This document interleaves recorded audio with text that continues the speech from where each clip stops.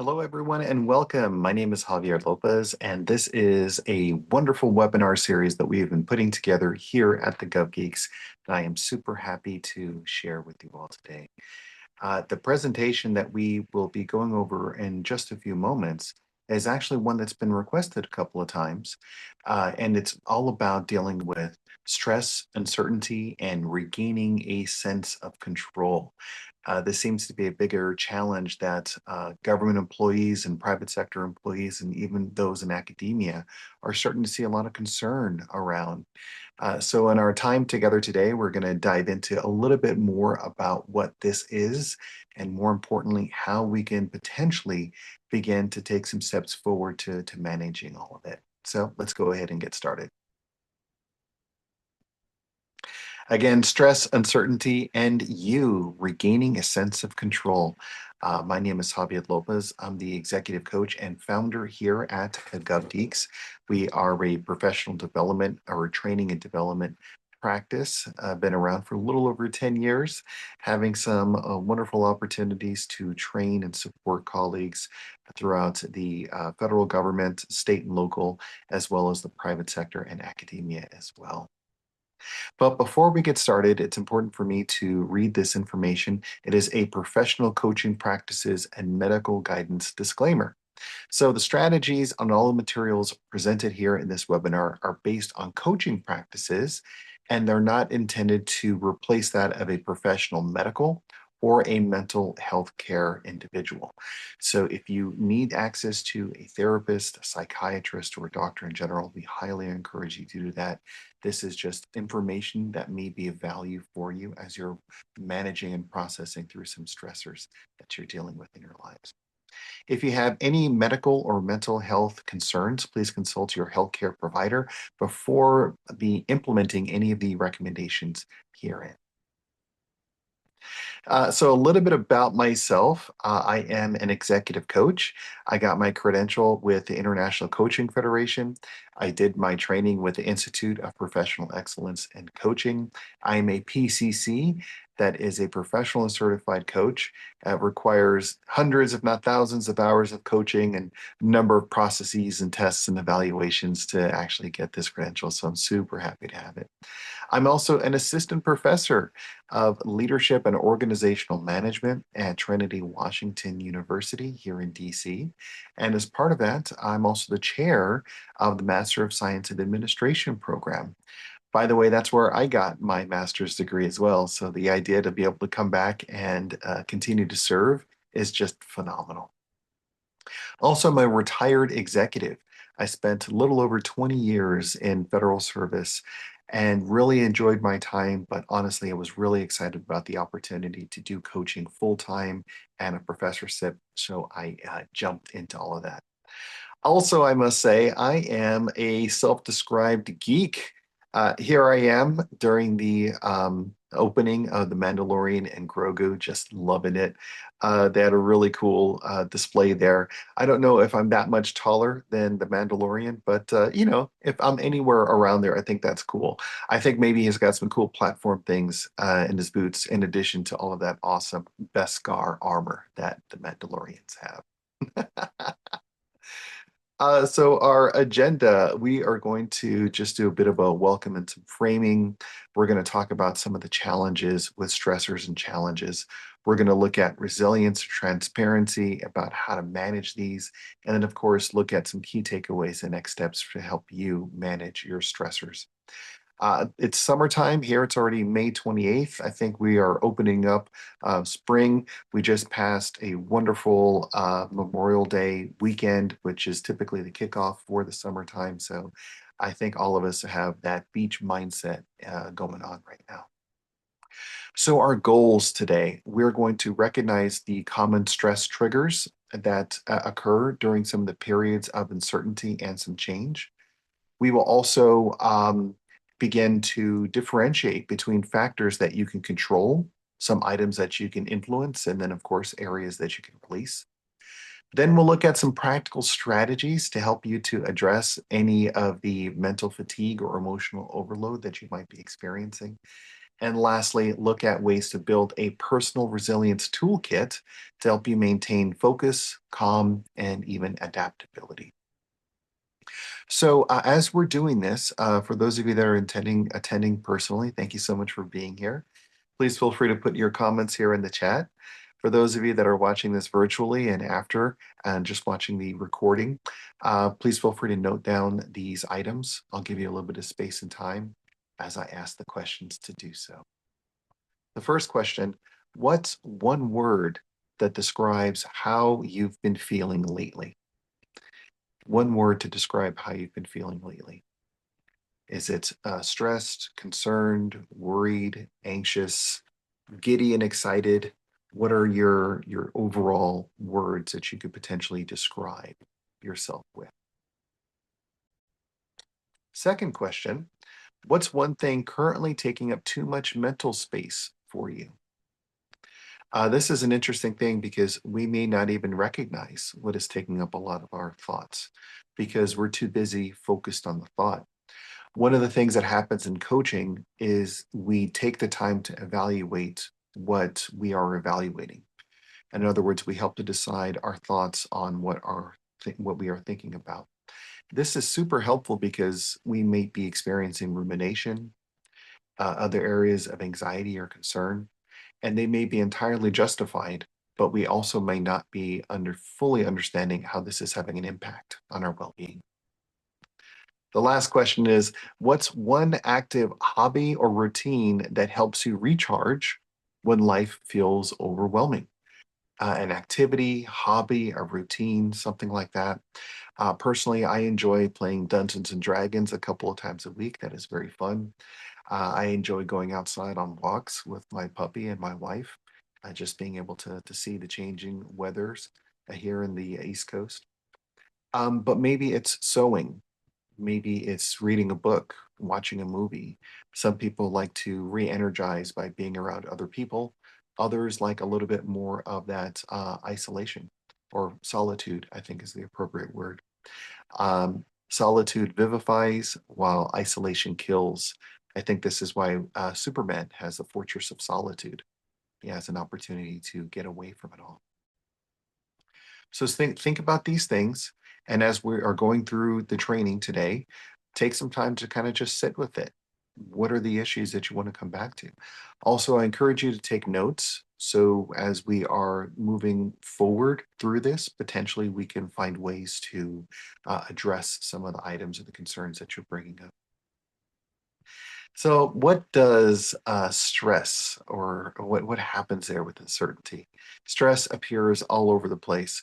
Here's an interesting illustration of your breakfast cereal, and potentially stress is right there.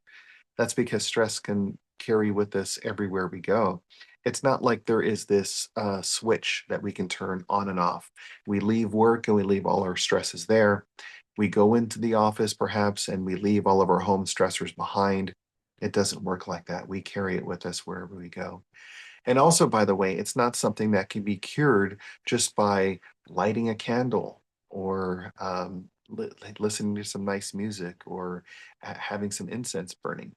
Those items might help, but the bigger issue is identifying where the stressors are really coming from. Only when we identify them and begin to address them can we really be able to manage some of the stressors in our lives. So here is a good illustration about the 5 stages of burnout. This is from the National Institutes of Health, and the illustration was done by the International Coaching Federation. They do a lot of really great illustrations in their social media. So you have 5 stages. The first is starting off with a bit of a honeymoon phase. You don't really recognize it. Perhaps you're in a new job. Things are kind of new and still giddy, so you're not really too focused on what you're seeing as the stress. Then the onset really happens, and you begin to see what is piling up as a concern. After a while, without dealing with them, that onset becomes more of a chronic stress. This is where you see things more frequently, or they have a bigger impact on you. So it's not to say like you need to have a whole bunch of things happening at once in order for something to be stressful. In fact, it could be one or several small things that over time just build up to bigger stress issues. Then eventually you hit a true burnout where you're having a number of physical, mental, and other challenging issues to deal with at that time. And then finally, you get to habitual burnout, where the idea about burnout is just regular. And the scary thought with this one is that sometimes we may begin to justify it or to say that this is just how things are. Well, I'm in a stressful job, and so I took this job, and therefore I need to be stressed in order to do it well. Or the work is important, and so I have to be stressed all the time. If you can't handle the stress, get out of the kitchen. That's sort of a concept. And to a degree, there are certain fields and areas that are stressful, but to the area with which we need to think of them as habitual or give them permission to exist and continue to hurt ourselves.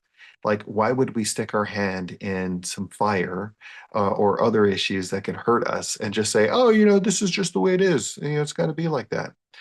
A big concern about some of the issues when it comes to stress, uncertainty, and anxiety and such is that really we get to a point where it can be so ongoing in our lives that we don't realize that it is having issues on our wellness.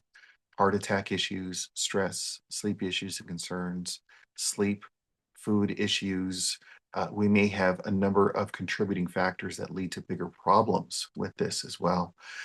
Or we could say, well, let me just take whatever medication and I feel everything's perfectly fine.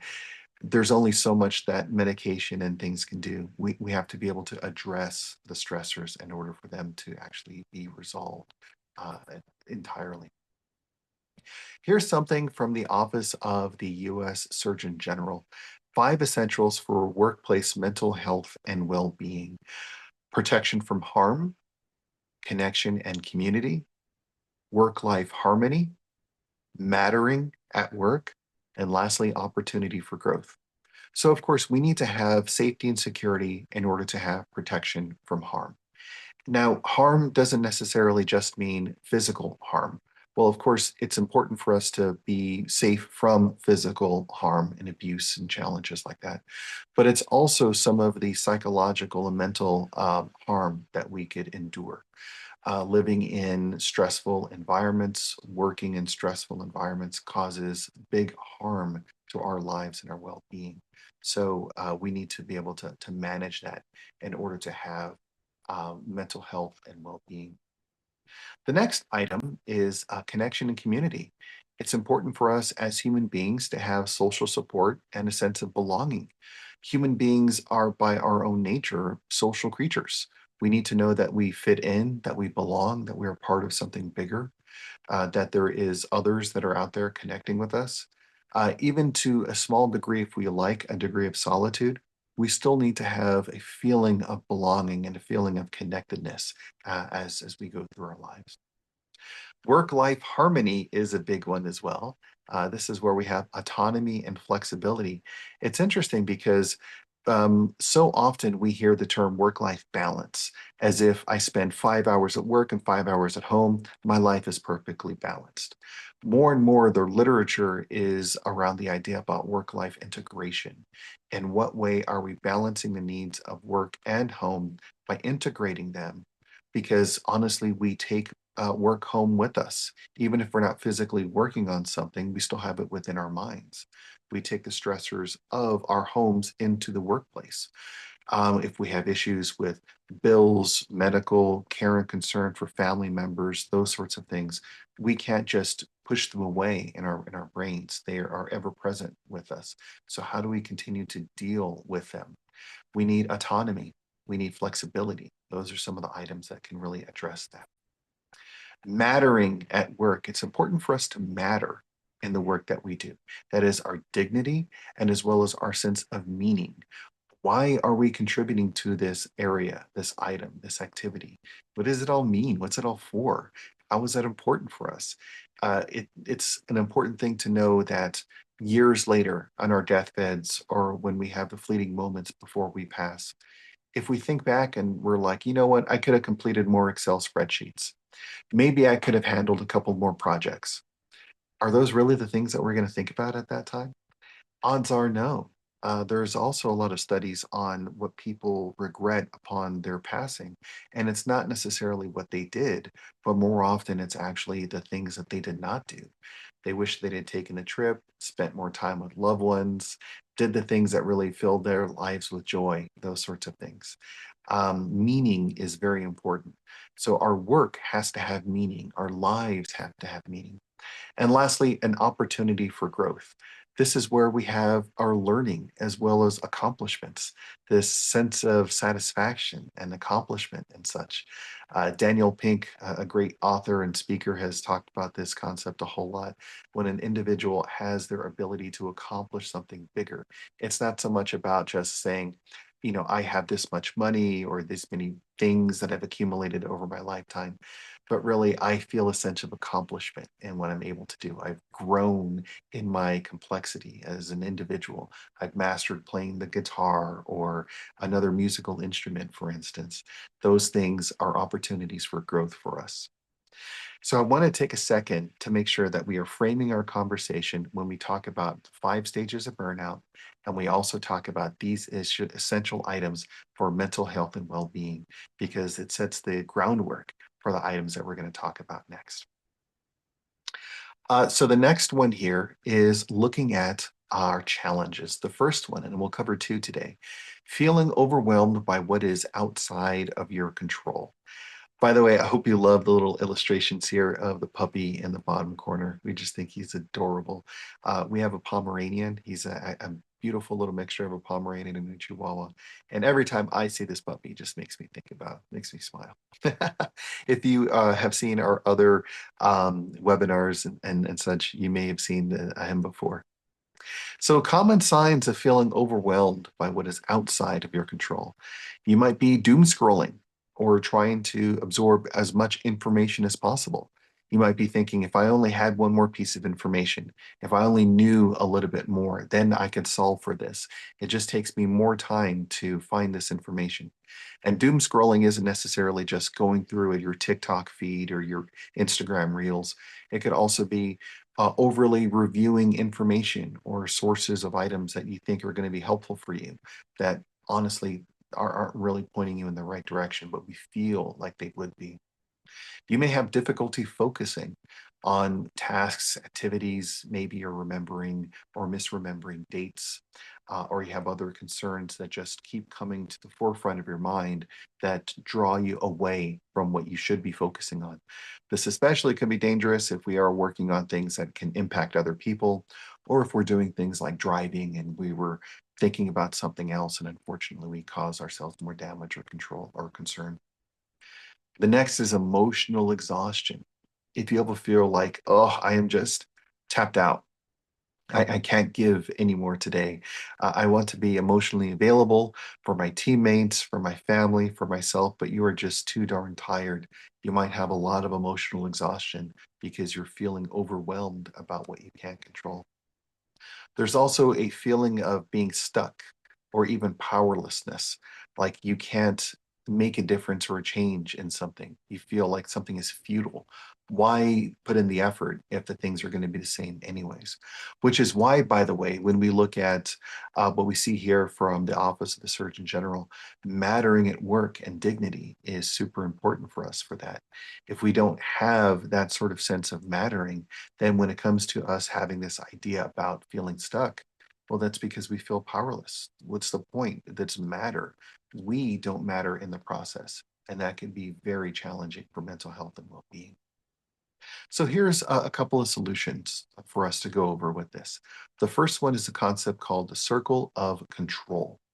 So in here, it's important for us to ask a couple of questions. What can we control?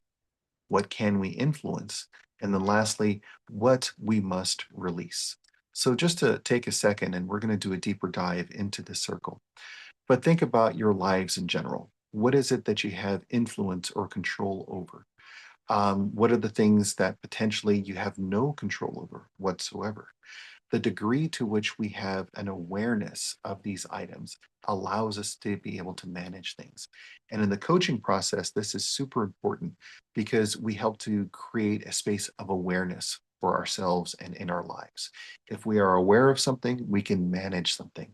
But unless we are completely unaware, we can't really do much to change the issues. So understanding that our locus of control or our circle of control could be very helpful for us. Let's do a deeper dive into this then. The outer circle is items that are outside of your control. This is things like the weather, world peace, larger government policy, sports matches.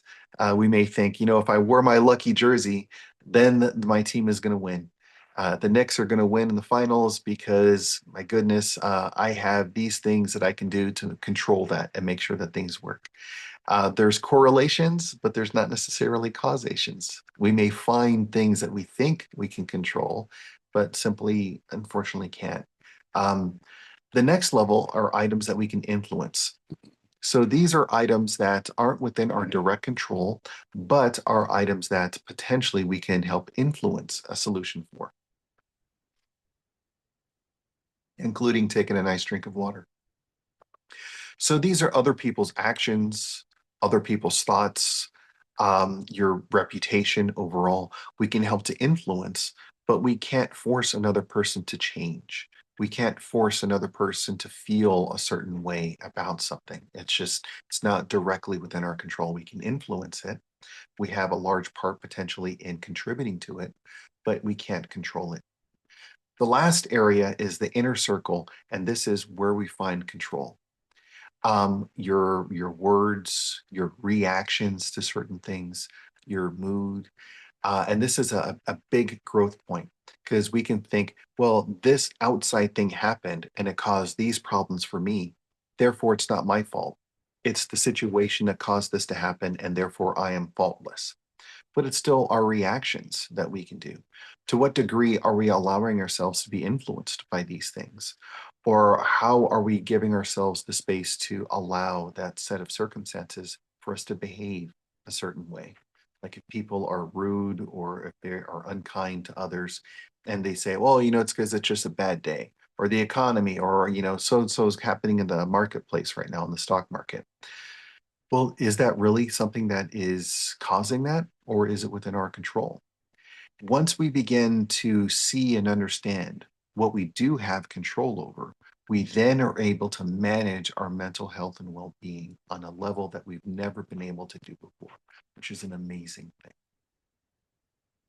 The next is to limit information overload. So reduce unnecessary exposure to stressful media, stressful individuals, television shows, any sort of circumstances.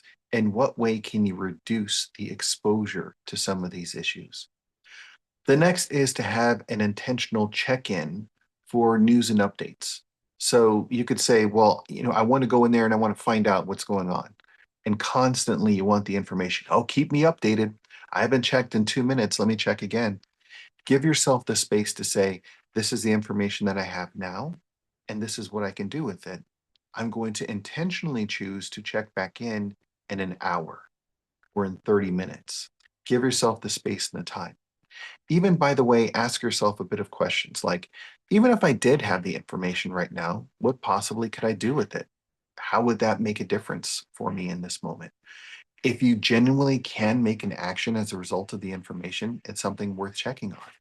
But if it's something that even if you had the information, it's not going to make a difference or a change, well, why are you allowing that time to hurt you in this moment?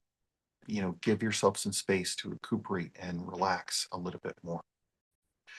The next is to protect your mental bandwidth. We all have certain limitations. And it's funny too, because I think we may conceive in our minds that we have this unlimited pool of stamina. We have this mental energy that we can continue to focus in different areas. But in a lot of ways, our mental energy and our mental bandwidth is like our physical ones. Sometimes we are just too dang tired to do something.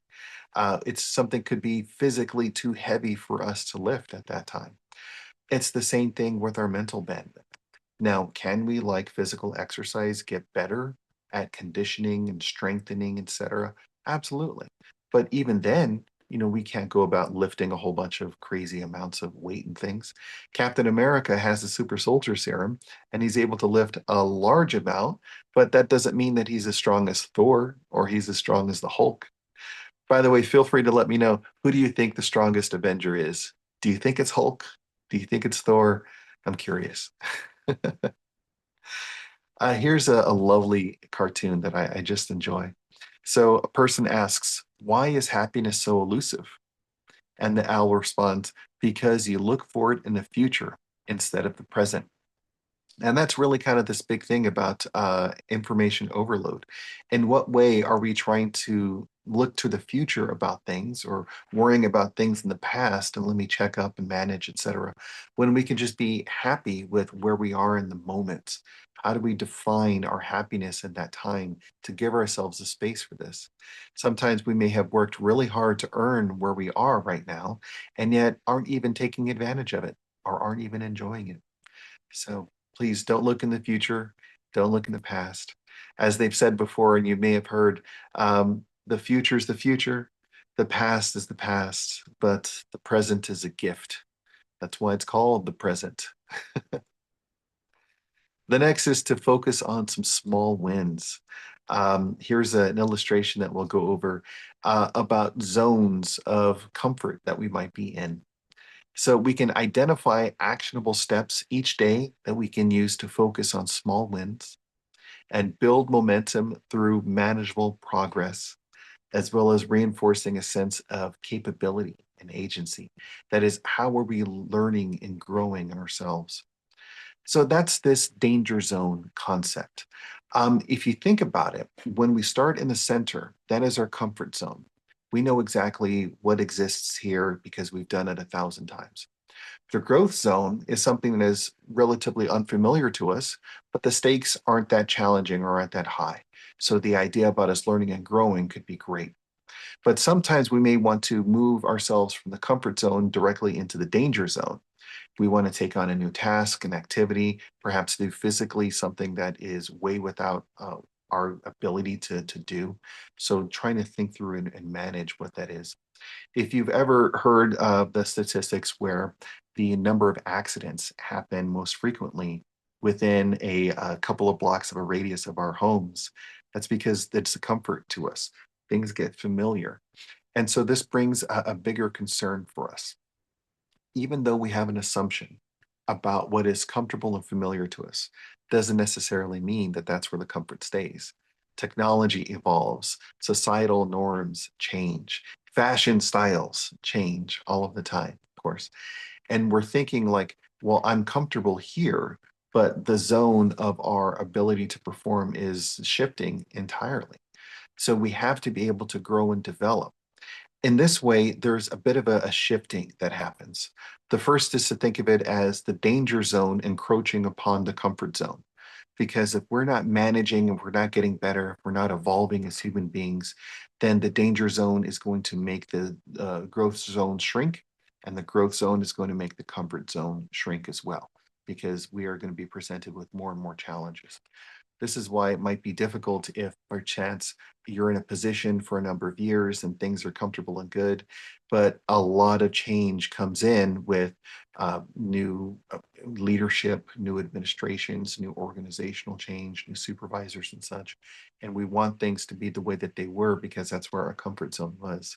The danger zone crawls into us. The other is wonderful if you think about it, though, moving from the comfort zone outwards. The more we give ourselves the space to move outside of our comfort zone into the growth zone, the better we get at those areas. Therefore, the growth zone begins to expand a bit more. The comfort grows into the growth. After the growth continues to develop and grow as well, because, I learned this one thing and now I can learn this bit more and now I can learn this bit more. The danger zone also begins to shrink as well. Our comfort becomes so big that we are taking on the issues as opposed to allowing the danger to come to us. And that is a wonderful thing if we take the opportunity to really harness what we can do. So if you think about your health and your wellness, in what way is it something that you can really identify how to make this work for you? How can you know for sure that perhaps this is a beautiful methodology for you to develop your capabilities? If you're continuing to grow, to learn, to develop, those things are very much important. The next bit here then is to consider letting go without giving up. That is the next topic for us to talk about. How do we even do that? And to this degree, we have a challenge, our second challenge, which is mental exhaustion from trying to manage everything. It can be hard to manage everything. Sometimes we might think that it is possible for us, or that we have the responsibility and that we need to be able to do it. My family looks to me to have all of the answers. I need to be the subject matter expert because I don't need to have my boss or other people questioning my skills, my abilities, my leadership. I have to have all of the answers. Or maybe I have always been raised as a person that is able to get the honor roll and to do the great work. So I see myself as a very qualified and competent individual in all things. Well, as we are learning smaller pieces in school, it's a very tightly constructed curricula. We learn certain things. We know how to pass whatever math test, et cetera, to move on to the next grade. But when we enter the larger workforce in the real world at large, there's so much stuff that we can't be the person that has all the answers for everything. So for us to say, like, I'm an A grade student and I'm going to be an A graded professional, I've never gotten an A in my life. I've never received a less than meets excellence for my performance reviews and such. That can be very challenging for any person to hold on to. So, some common signs that you might be experiencing this are constant worry and rumination. You may be having some trouble disconnecting from the stress because it's ever present. Maybe you're feeling responsible for outcomes beyond what you can influence. I can't control these issues, but I feel it's my responsibility to. And so I'm going to fight the good fight and I'm going to continue to push forward, even if it kills me. And unfortunately, it kind of does with the stress and the challenges that come from the concerns from well being. You may have reduced emotional resilience as well. Maybe there's bigger impacts that is focusing on your life and how you're able to manage your changing perspectives, moods, opinions about things. You aren't able to bounce back as easily. That is your lack of resilience at that stage. So, a solution is to help by practicing letting things go. You can ask the questions like, is this actually mine to solve? Am I setting unrealistic responsibilities for myself? If so, how can I release them or how can I manage them? Where can I seek out partnership from others and build a methodology to address it? If it's so important, maybe it's also important for other people to do as well. And lastly, redirecting attention towards meaningful action. If you have worry and concern, is that really working for you at this moment? You might think of it this way: if you're already doing your best, if you're already trying hard, if you're already making all of these efforts and these actions, why go about adding more to it by talking down to yourself or being more challenging or concerned with your actions and your abilities to do something? You're just causing more problems rather than just addressing the items that are meaningful action. I like to think of this illustration here. Don't force yourself to fit in somewhere you don't belong. It's a slice of an orange that's trying to find its way in an onion. Not to say that onions are bad. Shrek would even tell us that ogres are like onions as well, and we all like Shrek. But just because you're an orange doesn't mean that you need to fit in something. Maybe it's better for you to begin letting it go. Is it your problem to solve that the onion isn't aligned with who you are as an orange? Is it your responsibility in changing who you are in order to be able to fit in? And by you trying to squeeze yourself into an environment like that, is this really meaningful action? You can take this concept and place it in any number of areas as well. It's activities at work, at school, with your family. In what way is it your problem to solve? As an interesting example with that one, if we talk about family, so often parents assume the identity that they need to be the ones to help solve and care for their children at all the different stages in their life. And to a degree, absolutely, we need to help to protect and provide for and care for them, to be able to support them.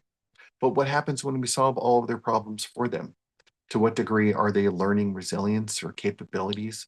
How are we managing that? When they leave and they're no longer at home, if you've had your whole identity built up around trying to support them or solving for their needs and concerns, well, what's left for you in your life if everything that you've built yourself up around is not the same as what it was? How do we need to practice letting go? Give ourselves the space and time for that. By the way, that example also works in the workplace as well. Sometimes supervisors, managers, or team members would say, this whole organization will fall apart without me. I need to be there for my team. I need to lead in a way that everyone can see that things are going to get done. If I don't do it, no one else will, and all these bad things are going to happen. And even to the degree of that being true, is it really your responsibility to do all of that for all of them consistently and in that way? What if they learned how to do things better? What if there was a better way that they had to solve it than what you were proposing to begin with? Some bigger thoughts to consider. The next is to build recovery rituals as well.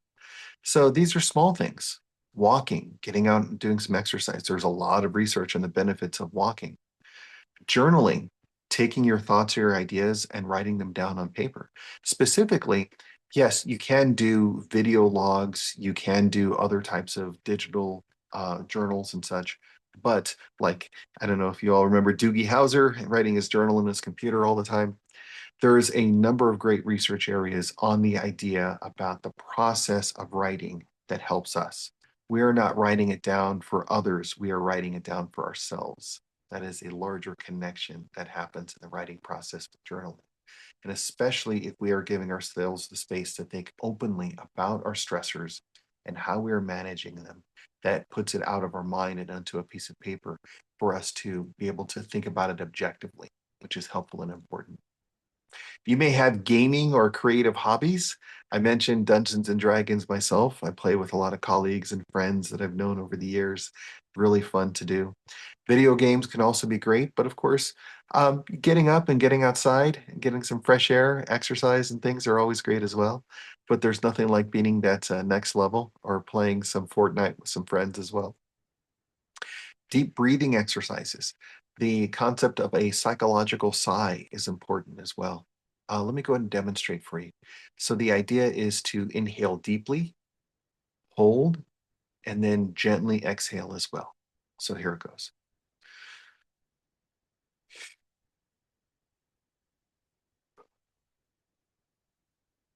If you feel that slight of like lightheadedness, just a little bit, that has helped to reset your neural pathways.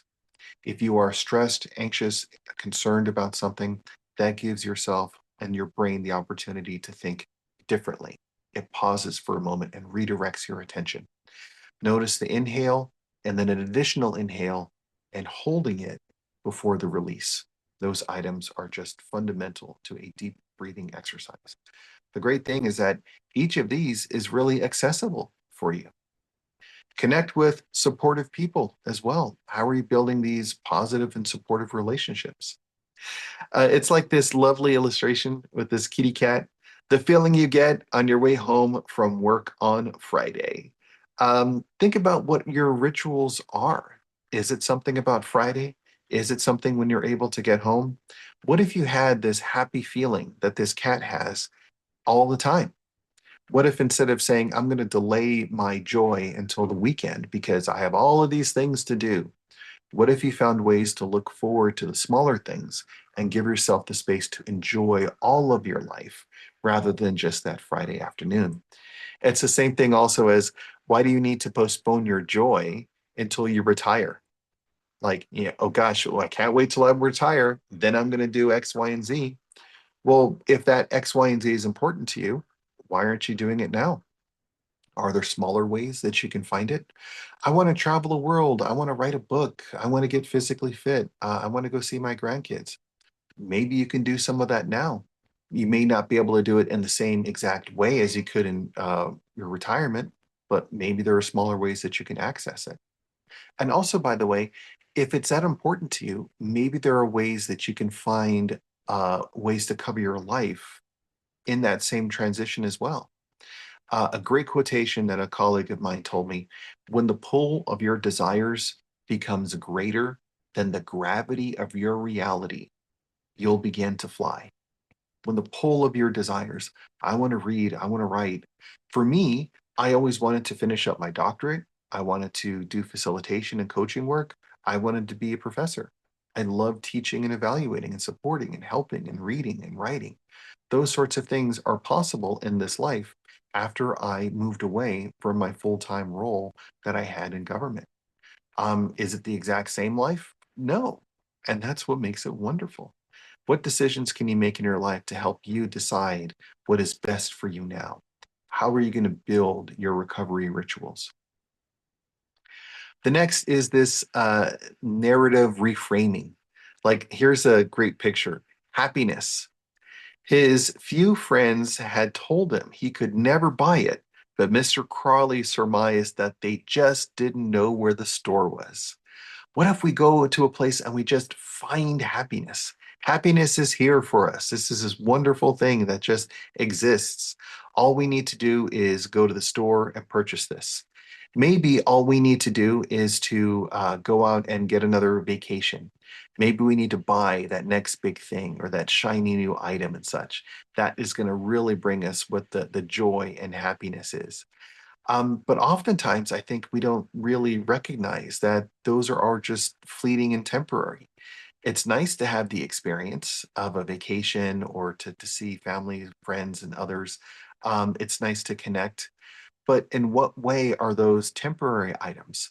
How are we seeing ourselves as something that has access to maybe something that is more fundamental in our lives? How are we finding the continued level of joy, perhaps, that could exist if we just had the opportunity to explore it? As we consider these thoughts, it's nice to think of our ways as how we can like live our lives in a way that really has a great degree of meaning and help in our lives for ourselves and for others. It's not like this illustration, and I'll share this little picture here with you. Stop living life like this, where we're thinking perhaps, gosh, Friday is this wonderful time. Saturday, things are great. And then all of a sudden you get the Sunday scaries, where basically you're thinking like, oh my gosh, I got to go to work tomorrow. Here are the issues that I got to deal with this person, or I'm not looking forward to this. And then you were struggling just to be able to get through the work week or get through items in your life. I don't believe that that's really something that you would want in your life. So why live that way if you don't have to? Just items to consider, items to think about. So as we are reframing the narrative in our lives, a couple of strategies is to consider: is everything falling apart, or is this difficult, but I can choose my next step? What do we find for ourselves? I saw a great psychologist really describe it, where this idea is a person could say, for instance, "Oh my gosh," instead of saying, "What if this happens?" We can instead say, "Even if this happens." What if this happens and all of the things go wrong and all of these terrible things come about? Or we can say, well, even if all of this stuff happens, here's all of the benefits that we can still do. Here are some of the wonderful things that we can see in our lives as a result of these sorts of things. What if I fail? What if I try it? Well, even if I fail, how can I get better? How can I learn? How can I use this as a means of me developing myself in a way that perhaps I didn't have access to be able to do before as well? Those sorts of things really kind of balance out. All it is just a narrative reframe. Everything is falling apart, or, well, I can still choose my next step. I know how I can manage this. So, the next and last bit for us today is Building a personal resilience toolkit. This is like where we have our own thoughts in our mind. It is important to have awareness and, of course, not to believe everything that we think. There might be some things that are happening for us that we just didn't realize can be phenomenal or fantastic. So, in what way can we use this toolkit? The first is to identify the following. So, here's a couple of items, and I encourage you all to reflect on them. If you are taking this course live, please feel free to put your comments in the chat. If not, please feel free to write it down and we can think about it as well. So, the first one, name one stress trigger that you want to manage differently. What's a stress trigger? Is it a boss, an employee? Is it the commute? Is it other stressors? Like, oh, every time I come home and I got to make dinner, what are the issues that are really present for you in life? Another question, what is one thing that you need to let go of? I had a conversation with a person when I was back in high school. Um, and they were describing the concept like if you hold on to something and you have your fist just clenched really, really strongly, really tightly, you're holding on to the past, the fear, the concern. The person wronged me. It was their fault. I had my chance, and because of someone else, they ruined it for me. I could have done this if I would have been that, and it's their fault because of this. And the more you hold it, the stronger it feels, but the more painful it becomes. Then, if we allow ourselves the space just to slowly let go and release that, how much better does that feel for us in our lives rather than holding on to something? It's not so much like the other person is getting away and justice wasn't served and it's not fair. All of that stuff could be true, but it's like it's hitting you twice. The first time is when the circumstance or the individual wronged you, and the second time is all of the moments that you've held on to it. It causes more pain. Why allow them to hurt you more than once? You're not forgiving them and letting them go and create more problems. You're creating space for yourself to live with the pain in a healthy way. And maybe sometimes you're even allowing yourself to let it go. Why hold on to something if it's just going to be more painful for you? If we get a splinter or something stuck within us, are we going to let it rot and fester in there and the skin grows over it and it causes an infection and more problems? Or are we going to allow it to be removed from our lives and let ourselves move on? That's some of the bigger things to consider. And then think, what is one resilient strategy that you're going to commit to this week? Think about the concepts that we've gone over. What's one thing that really stood out for you? What's one thing that you want to hold on to?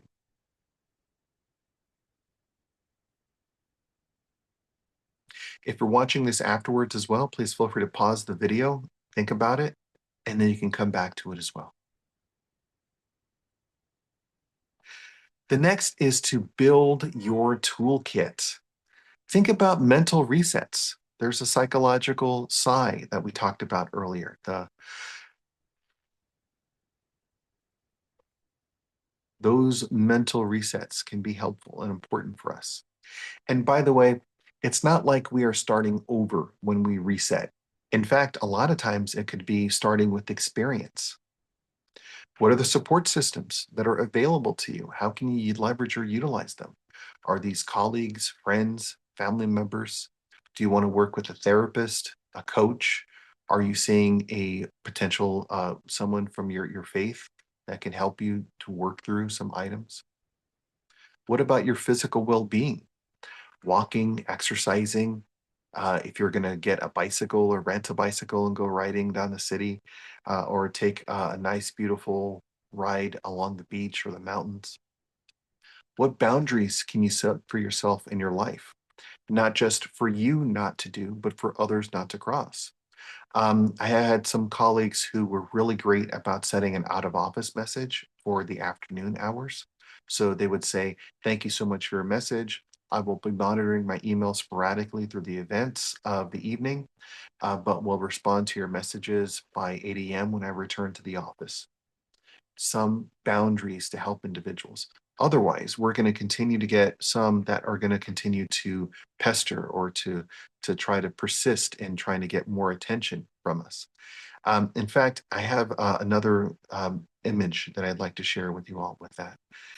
Um, if you're a giver, remember to learn your limits because the takers don't have any limits. They'll just continue to grab and take because that's what they do. And if you're thinking, well, I'm going to give because I care and I'm here and that's my role, etc., that's one thing. But also realize that it's never going to stop for some people that are always going to want it. Oh, it's just a quick outreach, just a quick email, and here's a quick phone call. Hey, let me stop in their office. Do you have 2 seconds? There goes your whole time. Think about ways of shifting your perspectives. Is this really a bad thing? Is this really the limitation? Maybe you can learn and grow from this. Maybe also you can find more personal hobbies, find areas that bring you joy. Is it reading certain literature? Is it having fun in certain ways? I have had the pleasure of working with some phenomenal people, worldwide subject matter experts in healthcare and other fields. And some of the things that honestly bring them joy is going to like baseball games. And so they figure like, what more can I do to bring more of this into my life?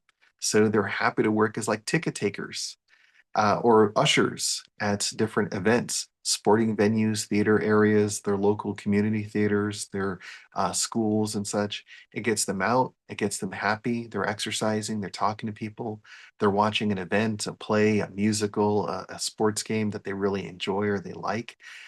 They get to go into like the inside of some of the stadiums and things just to have the chance to be there that other people like don't really have a chance to see. And it's their joy, it's their hobby. It brings them so much fulfillment.